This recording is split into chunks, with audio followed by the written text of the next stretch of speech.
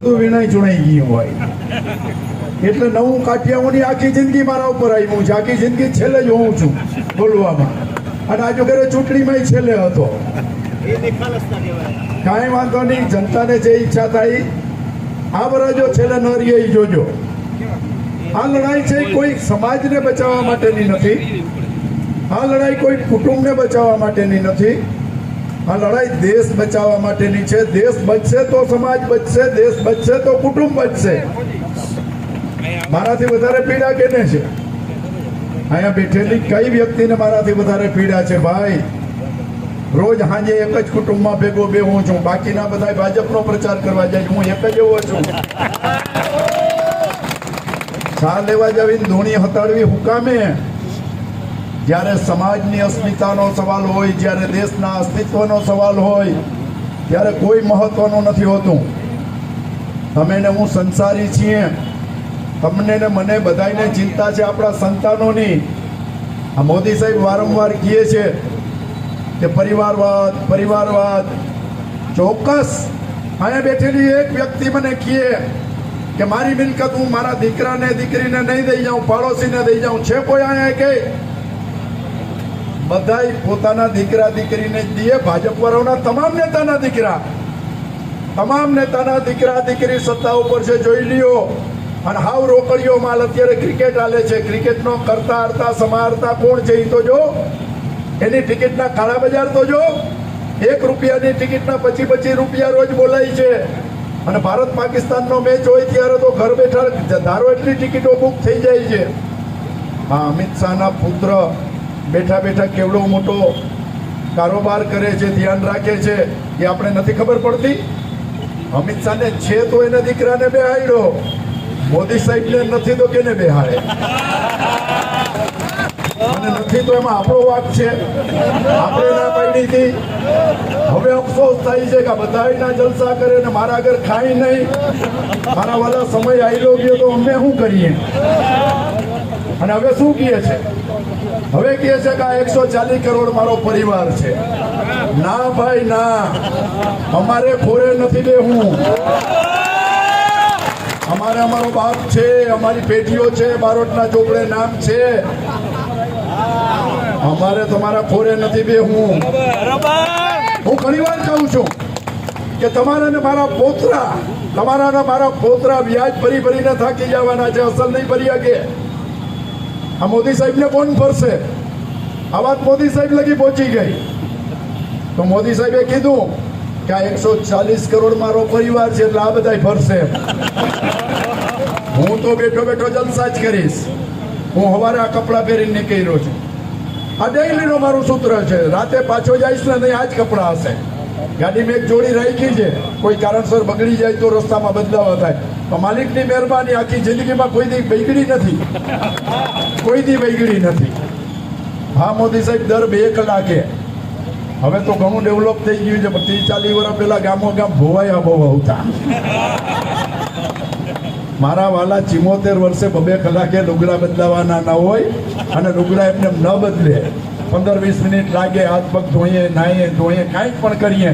આ 4 વાર બદલાવી તો કલાક એક થાય. કલાક એક જો દેશ માટે ધ્યાન દીધું હોય ને તો એમાં બાકી ન રહીએ. ના ના ના મારા વાલા, એમાં રસ નથી. ડાયલોગ બાજેથી પિક્ચર હાલે, દેશ ના હાલે. આ ડાયલોગ બાજેથી પિક્ચરને બધે દેશ હલાવવાની કહેવાય. હું પોલીસના મિત્રોને પણ કહું છું, હું વિનંતી નથી કરતો, હું ધ્યાન દોરું છું કે ઓખાની અંદર, મીઠાપુરની અંદર 3-4 દી ત્યાં શરૂ કર્યું છે. કોંગ્રેસના એક ચૂંટાયેલા આગેવાનને બોલાવીને મીઠી ભાષામાં નહીં, ખુલ્લી ભાષામાં કે બહુ રાજકારણ કરો છો, બંધ કરજો મારા ભાઈ આ બધું હોય. હું આ સીટનો ઇન્ચાર્જ છું અને વિક્રમ માડમ માઈક આંગલો નથી. તમને એ દેખાય છે રાતે 1:30 વાગ્યા લગી સભા ચાલુ છે, એ નથી દેખાતી? ભાણવરમાં રાતે 12:30 વાગ્યા લગી સભા ચાલુ છે, એ નથી દેખાતી? કેમ નથી દેખાતી? તમને 10 વાગે સભા બંધ કરી દેવાનો કાયદો છે. ત્યાં તમારે પરમિશનની જરૂર નથી. એક રિક્ષા માટે પરમિશન માંગવા નીકળો છો. ધમકાવાનું ને દબાવવાનું બંધ કરી દેજો ને નકર કેજો જેને કેવું એને. આખી જિંદગી ભાજપ સામે નહીં, મોદી સાહેબ સામે 5 વાર ખુલ્લમ ખુલ્લા લડ્યો છે. મારો ઇતિહાસ છે. મના પિક્ચર લગાવ્યું છે, એવોર્ડ નથી લીધો. દ્વારકામાં 17 મહિને અમે કર્યું છે. કાળી પટ્ટી બાંધીને મોદી સાહેબના મંચ ઉપર જવાનો વિક્રમ મેડમનો એકનો રેકોર્ડ છે. 24 કલાક પહેલા કીધું હતું કે કાલે તમારી સભામાં આવું છું, એકલો આવું છું અને કાળી પટ્ટી બાંધીને વિરોધ કરવા આવું છું. તાકાત હોય તો રોકી દેખાડજો. નથી રોકી થઈ ગયા અને હજી એ જ વિક્રમ મેડમ છે. હજી ઝીણી તો ઝીણી પણ મારી છે. અને તમે જીતી જાવ તો વિજય સરઘસ કાઢજો, મને વાંધો નથી, પણ ધમકાવીને દબાવીને નહીં. દબાવવાના ધંધા બંધ કરજો મહેરબાની કરીને. હું એ લોકોને કહેવા માંગુ છું કે જેને આ દેશની અંદર, આ ગુજરાતની અંદર, આ ખંભાળિયાની અંદર ભાજપને મજબૂત કર્યું, એવા સ્વર્ગસ્થ કાળુભાઈ, મેઘજીભાઈ, આ કોરોનાના હિસાબે જેમને આ દુનિયામાંથી વિદાય લીધી, આ કોરોનાનું પાપ કર્યું હતું કે ને? ટ્રમ્પને બોલાવ્યા. અમે વિધાનસભામાં હતો, હું ધારાસભ્ય હતો, અમે જોરદાર વિરોધ કર્યો કે ટ્રમ્પને ન બોલાવો, દુનિયાની અંદર કોરોના ફેલાય છે. મોદી સાહેબે અમદાવાદમાં ટ્રમ્પને બોલાવ્યા, લાખોની મેદની ભેગી કરી. આ ડોહો ગરી ગયો, ઘરમાં તો થારીઓ વગાડી, થારીઓ વગાડીને કોરોના જાય. અને ભાજપના કાર્યકરોને પણ કહું છું, ધ્યાન રાખજો મારા વાલા, તમારા ધારાસભ્યોને નથી બચાવી ગયા, તમને નહીં બચાવે. આ કોવેક્સિન ને કોવિશિલ્ડ કાલે કબૂલ કર્યું પરમ દિવસ. આ ભયંકર ભ્રષ્ટાચાર, એને માલ લઈ લીધો અને મરવા તમને મોકલી દીધા. તમે માનો છો મોદી સાહેબે વેક્સિન લીધી હતી? હા, અહીંયા ખાલી ફોટો પડાવી, ખાલી ઇન્જેક્શન રાખી અને દુનિયાને કહી દીધું. આજે મોદી સાહેબની સભા કાલે છે જામનગરમાં, તપાસ કરી લેજો. અહીંયા ખાલી મંચની આજુબાજુ જવા વાળા હશે ને, 100 મીટર લગી જવા વાળા હશે ને, કોરોના ટેસ્ટ કરાવીને ઉભા રાખે છે ત્યારે. અને આપણે છીએ જનતાની વચ્ચે, કોઈ ટેસ્ટ નહીં, કોઈ ઠેકાણું નહીં. કોરોના ક્યાંય આજુબાજુ દેખાવાનો નથી. દેખાય તો વાંધો નહીં, તમારા કરતા કોરોના હારો. એક ઝાટકે લઈ તો લઈએ, પીડીને મારો છો. આ લોકોએ જે આ બોન્ડની વાત હતી એમાં બેંક ના પાડે કે જૂન સુધી અમે હિસાબ આપી શકીએ એમ નથી. સુપ્રીમ કોર્ટે કીધું તો 5 મિનિટમાં હિસાબ નીકળી ગયો. અને હિસાબ નીકળ્યો હું કચ્છની અંદર 2 જણાના નામ નીકળ્યા. જેના આગળ ખાવા દાન નથી એને ભાજપને 11 કરોડ રૂપિયા દાનમાં આપ્યા. વિચાર તો કરો. આવા દાનેશ્વરી ક્યાંક અમને મળી જાય તો ઉમેદવાર કડકો છે. આવો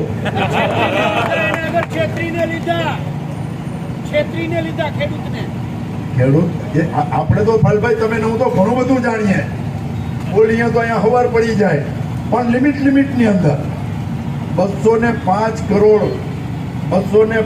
કરોડ ડોઝ ઠોક્યા છે. હું 2014માં ચૂંટણી લડતો હતો ને, ઉમેદવાર કે કાકાએ કર્યું શું? એ કે ગામે ગામ ખુરશીઓ નખાવી. અરે મારા વાલા, ગામે ગામ ખુરશીઓ નખાવી.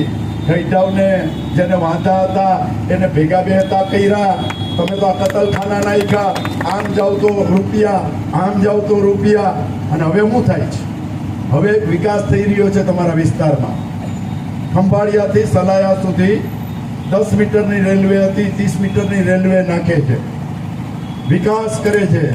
આ કેનો વિકાસ થાય છે ખબર છે?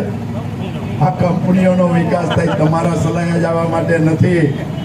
જ્યાં પાડતોડ થાય છે. ભાજપના ચાલુ સિટિંગ જિલ્લા પંચાયતના સભ્ય આવેદન પત્ર દેવા જાય.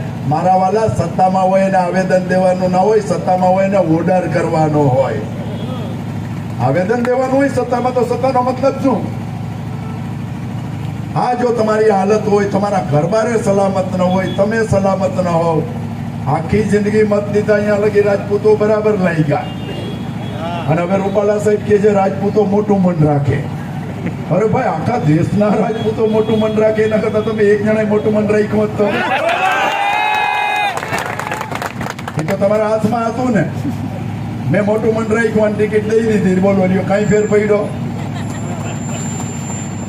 આપણે એક મોટું મન રખાય. હવે હલવાણા છે એટલે નવી કેસેટો પાટીલ સાહેબને ચાલુ કરે છે દેશના વિકાસ માટે.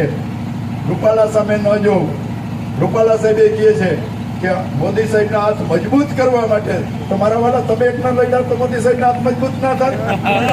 તમે એક જ દેશની સેવા કરી શકો એમ છો. કાલ તમે હું બે ઉકલી જાય તો હું આ દેશ અટકી જવાનો છે? તમે એક મોટું મન રાખ્યું હોત તો આખા દેશના રાજપૂતોના હેરાન થવું પડે છે, તો ના થવું પડે. હમણાં બે ત્રણ મિત્રોએ કીધું કે વિક્રમભાઈ તમે બોલશો ત્યાં લગે અમે બેસશું. મારા વાલા, તમને પીડા છે, આ બધાને એટલી પીડા તો નથી ને. તમને આજે ઘરે પીડા આવી, અમને પીડા છે. અમને તો કાયમી પીડા છે. અમને તો કાયમી પીડા છે. અમને તો જ્યાં લગી આ દેશની અંદર, આ ગુજરાતની અંદર આ પંજો ના આવે ને ત્યાં લગી અમારી પીડામાં કઈ ફેર પડવાનો જ નથી. અને મેં તો ઘણી વાર કીધું છે, ફરીને કહું છું, ગમે એટલી સત્તા આવે, ગમે એટલી તાકાત આવે, આ વિક્રમ મેડમના 72 કટકા થાય તો એક કટકો કમલમકોર ન જાય. એક વાર ચૂંટાઈને મિનિસ્ટર બનાવે તો હું 2 વારનો ધારાસભ્ય, 2 વારનો સાંસદ છું. સાચું કેજો, કંડમ માલ છું, કપોરાબંધ માલ છું, પણ વેચાણીઓ માલ નથી ને કાલે લઈ જાય.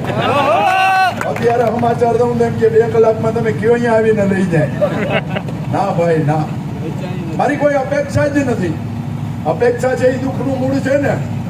અહીંયા કાંઈ અપેક્ષા નથી. લોકોના દિલમાં સ્થાન છે. ચૂંટણી હારી ગયો છું, જિંદગી તો હારી ગયો છું.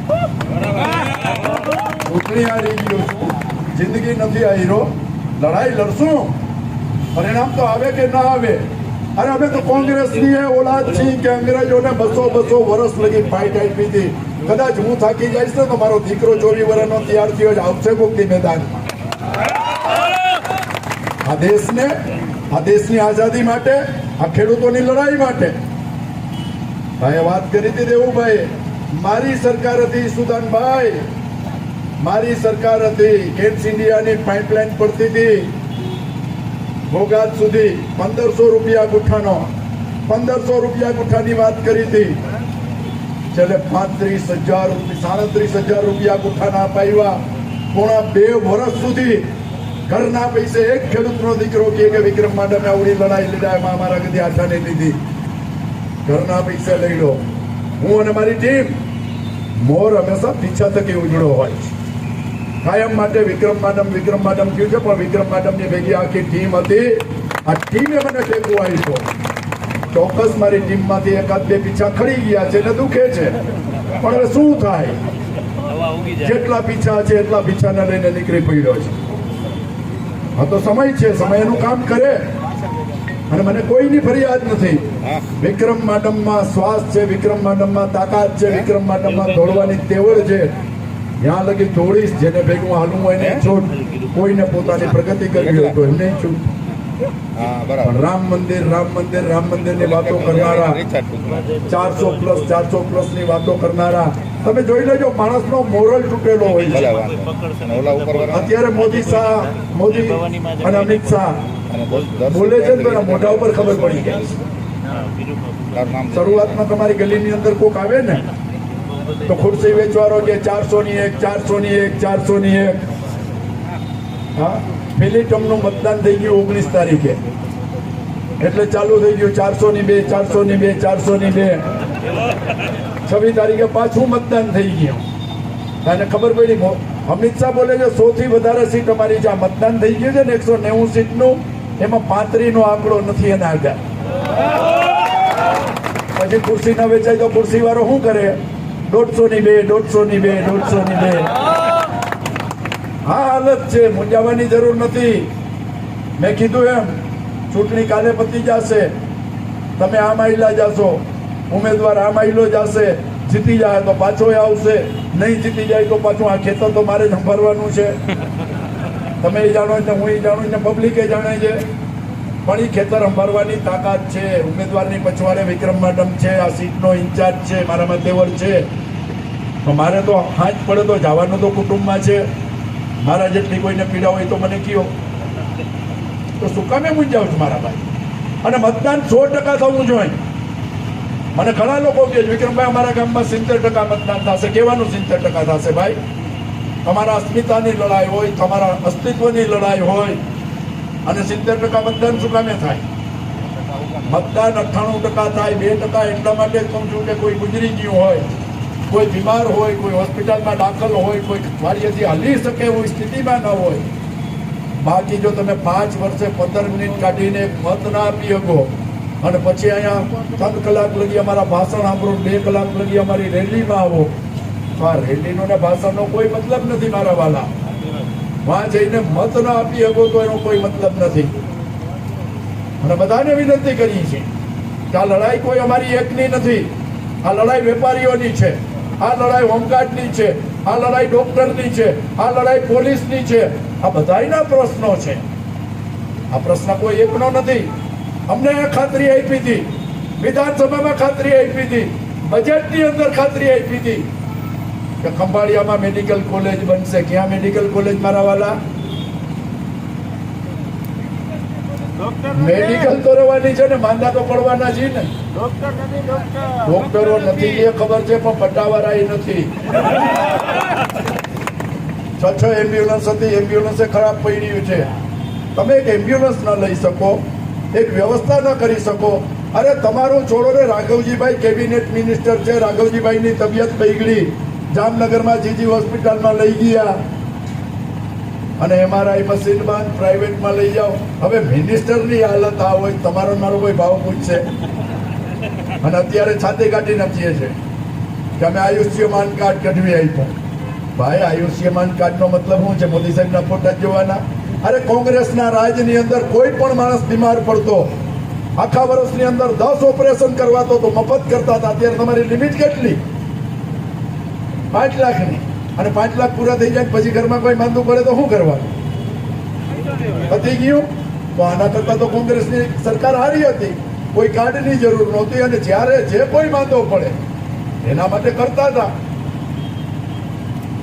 कसम राम की खाते मंदिर वहां बनाएंगे, मंदिर बनाવી નાખ્યું. પણ આ ગુજરાતમાંથી છેલ્લા 10 વર્ષમાં સાંભળી લેજો, કોઈ ભાજપ વાળો કહે તો કહેજો, મારી તૈયારી છે, મને બોલાવો તો કહેજો, ઓન રેકોર્ડ દેખાડીશ. આ ગુજરાતમાં છેલ્લા 10 વર્ષમાં 40,000 દીકરીઓ ગાયબ થઈ ગઈ છે. આ સરકારી આંકડો છે. कसम राम की खाते एक भी बेटी को वापस नहीं लाएंगे. ક્યાં ગયા દીકરીઓ? 10 વર્ષની, 12 વર્ષની, 14 વર્ષની, જેની એકની એક લાડક વહી દીકરી.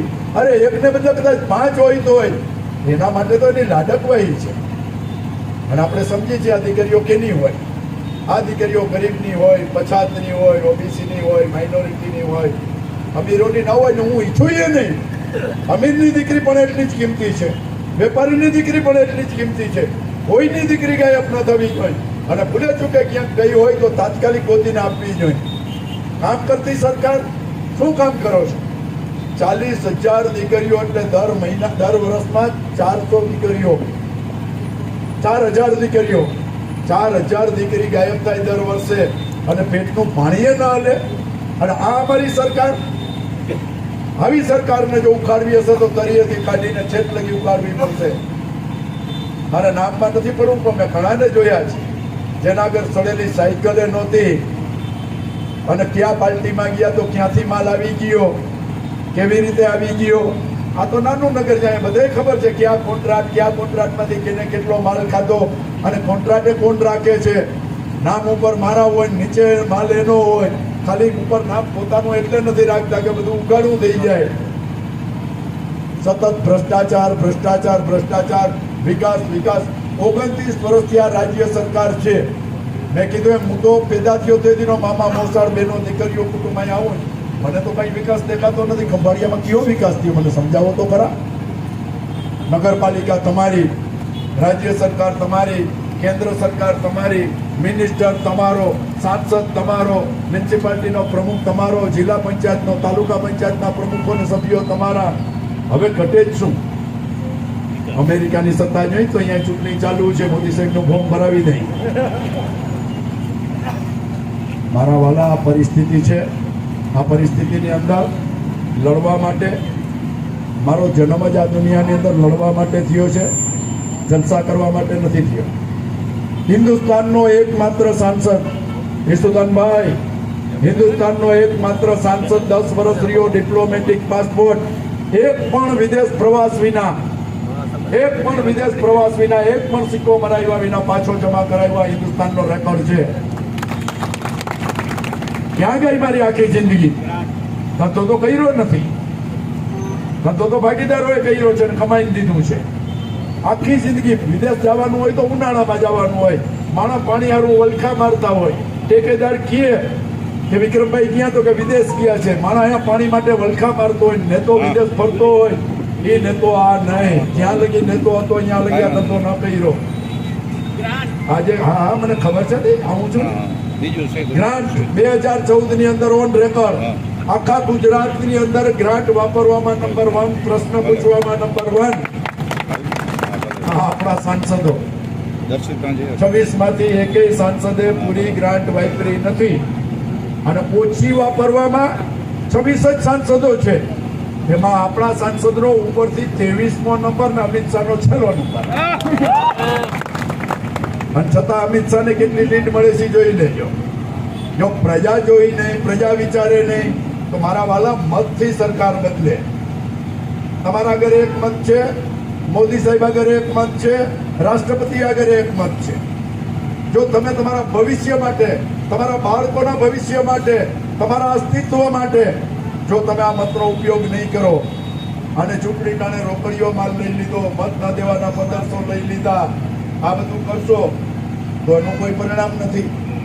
અને છેલ્લી વાત, કોઈ પણ રાજકીય પાર્ટી હોય, કોઈ પણ રાજકીય પાર્ટી હોય 5 વર્ષ સુધી તમારા કામ કરે. કોઈ હોસ્પિટલ, કોઈ મામલતદાર, કોઈ પરમિટ કઢાવી, કોઈ ગમે એ કામ હોય, 5 વર્ષ આવે છે. શું આવીને કે અમારો ઉમેદવાર છે, ભાઈ તમે મત આપો. જટતા તો નથી. આપણે 45, 52 ને 55% મતદાન કરીએ અને પછી એમ કહી કે રાજકારણી ચોર છે. મારા વાલા કોકથી આત્માને પૂછ્યો તો ખરા કે 5 વર્ષ લગી ધક્કા ખાઈ તમારા આગળ માગીએ છે. તમારે 5 વર્ષે 15 મિનિટે આ દેશની આઝાદ. અરે મેં તો ચાંદી બજારમાં એવા ભાષણ કર્યા કે મને દિયો નહીં તો કાંઈ નહીં, મને હરાવવા માટે સામેવાળાને તો દિયો. મત દેવાની કરવું નથી, પછી રાડું નાખવી છે. આ નેતા બધા શું કરે છે? હું ધારાસભ્ય હતો ને, અહીંયા લગી બહુ રાતે ફોન આવતા. રાતે 11-12 વાગે ફોન આવે, વિક્રમભાઈ લાઈટ નથી, મચ્છર હોવા નથી દેતા. 17 મહિનાથી હારી ગયો. રાતે 9:30 વાગે મોબાઈલ બંધ કરી દઉં છું, સવારે 9 વાગે ખોલું છું. એ કઈ ફોન ક્યાંથી આવે? ફોન ખુલ્લો હોય તો આવે ને. હવે મચ્છર વિના આરામથી નીંદરું આવી જાય. જેને જે સમજવું હોય. મેં નક્કી કર્યું છે હવે ચૂંટણી નથી લડવી, એટલે મારે બહુ સ્પષ્ટ વાત કરવા તો વરાજો આ છે, તમારી મર્યાદા છે. મારે હવે મત નથી જોતા. તમારે કામ હોય તો મારા ઘરે આવજો. છતાંય ક્યાંક ભૂલે ચૂકે આવી જાઉં તો આજુ ઘરે ડિપોઝિટ હરાવીને ઘર ભેગો કરજો. તમારી બીજી ત્રીજી પેઢી લગી કોઈ ચૂંટણી લડવાનું નામ કરે. આ વાસ્તવિકતા છે. લોકોને કામ કરતા નેતા ન જોતા હોય, આવા ડાયલોગબાજી કરતા નેતા જોઈ, જાહેર મંચ ઉપરથી ધમકી દેતા નેતા જોઈ કે ચૂંટણી પછી તો હું જોઈ લઈશ. અરે મારા વાળા, આ કાકાએ મેં કીધું આખી જિંદગી મોદી સાહેબ અમે લડ્યા. આજે અમે તો ઘણા લડે છે. આખી જિંદગી મોદી સાહેબ અમે લડ્યો. કોકથી પકડીને પૂરી દો ને તો બધું અંદર 2 વાર જઈ આવ્યો છું. એકવાર હાથની અંદર જઈ આવ્યો 300 હાથમાં, એકવાર 15 દી જઈ આવ્યો.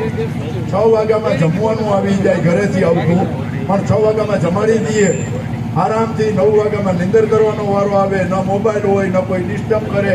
સવારમાં 6 વાગ્યામાં જગાડી દઈએ એટલે એક ક્લાસ કસરત થાય. બહુ સારી સગવડ છે મારા. ગુનો કઈ કરતો નથી, ગુનો કરવાનો નથી. બાકી ક્યાંક ફિટ કરવો હોય તો તમારી મરજી, ફિટ કરી દો. ધમકાવાની ભાષા બંધ કરો મહેરબાની કરી, અને ધમકીથી ચૂકાઈ જવાતું હોય તો છેલ્લી વાત કરીને મારી વાત પૂરી કરીશ. પણ બહુ અગત્યનો મુદ્દો કહું. 3 મહિના પહેલા મધ્યપ્રદેશમાં ચૂંટણી થઈ. ભાજપને જોરદાર લીડ મળી, દાયરા કરતા બધું લીડ મળી. અને મધ્યપ્રદેશની અંદર નરોત્તમ મિશ્રા, હોમ મિનિસ્ટર, માણસ ન ઓળખતો હોય તો એની બીજી રીતે ઓળખાણ આપું. પઠાણ પિક્ચર આવ્યું હતું ને, એમાં ગીતનો જે વાંધો લીધો હતો ને, ભાઈએ લીધો હતો, આખા દેશને ગાંડો કર્યો. અને હોમ મિનિસ્ટરને ચૂંટણી લડવી હોય ને એટલે ક્યાં ડીએસપી ને, ક્યાં પીએસઆઈ ને, ક્યાં પોલીસ વાળાને ક્યાં નોકરીમાં ગોઠવવા પોતાના વિસ્તારમાં, એને જોતા હોય બધા ગોઠવી લઈએ. આ ભાઈએ ગોઠવી લીધા હતા. અને આ ભાઈના અભિમાન હાથમે આસમાને હતું. ભાજપની આટલી સીટો 150 જેટલી આવી, પછી આ ભાઈ ઘરે બેઠા છો. આ ભાઈને નથી સંસદની ટિકિટ આપી કે નથી કાંઈ આપ્યું. એટલે પબ્લિકની સામે જો કોઈ ભૂલે ચૂકે રવાડે ચડે ને ભાઈ, બધાને છંછેડાય, પબ્લિકને ન છંછેડાય. પબ્લિક જેથી ઉપડીને તેથી ખબર નહીં પડે. બાપાને ખબર નથી દીકરો જઈને ક્યાં ટીલું કરી આવ્યો એ. અને હું તો ઘણી વાર કહું છું સુધાનભાઈ કે મારી ઘરવાળી એમ કે તમને મત દીધો એટલે હું માની લઉં છું, બાકી હકીકતે દીધો કે નહીં એ તો એને ખબર. ઘણી વાર એને એમ થતું હોય કે કોઈ દી ફરવા નથી લઈ જતા અને હરાવી દઈએ, નવરા થાય તો કોઈક દી ક્યાંક લઈ જાય. આવું બહેનું હોય તો બહેનું હોય. એટલે આપણે લોકોએ બહુ વટ કરવાની જરૂર નથી. ઘરે કહી દો કે વિક્રમભાઈ આવ્યા રોટલા ઘર તો બિચારી ઘરે, નકર આપણે પાણીયારા થઈને વાહો કાબરો કરીએ. ચાર ચા મેલ ઈસુદાનભાઈ આવ્યા તો ચાર ચા મેલે, નકર પાણીયારા થાય. આમાં સમજાવીને કહેજો, નકર ગામને ઓટલે બેઠા હો, સામે વાળાને દે આવશે ને માથેથી ગામને ઓટલે ગયા તમારા ભાઈબંધને દેતી આવી. આમાં કાંઈ નહીં થાય. એટલે એક જગ્યા છે અહીંયા દાદાગીરી ન કરતા, સમજાવીને. અને એ આમાં ભણેલા હશે એ જ સમજશે હો. આમાં બીજાઓને ખબર જ નહીં પડે ક્યાંથી ગયું ને શું થયું. આ મોદી સાહેબે મંગલસૂત્ર વાળું કાઢ્યું. મંગલસૂત્ર મારા વાલા કેને કહેવાય? મંગલસૂત્રની આબરૂ શું છે? મંગલસૂત્રની પવિત્રતા શું છે? હિન્દુસ્તાનના વડાપ્રધાનને બકવાસ ઉપડી ગયો, બકવાસ. આ ભાષા ન શોભે કે તમારા મંગલસૂત્ર ઉતારીને મુસલમાનને દઈ દેશે. આનાથી હલકી ભાષા ન હોઈ શકે. અને બહુ જૂની વાત કહી હતી, પણ એક વાત આજ બહુ આનંદની છે. વાતાવરણ થોડું ગંભીર થઈ ગયું એટલે ઘણી વાત કરી, 2 મિનિટની વાત પૂરી કરી દઈ. ગામમાં ગમે એવો નાનામાં નાનો માણસ હોય, ગરીબમાં ગરીબ માણસ હોય ને, અને એના લગ્ન થાય તો ગામ આખાને ખબર પડે કે ન પડે?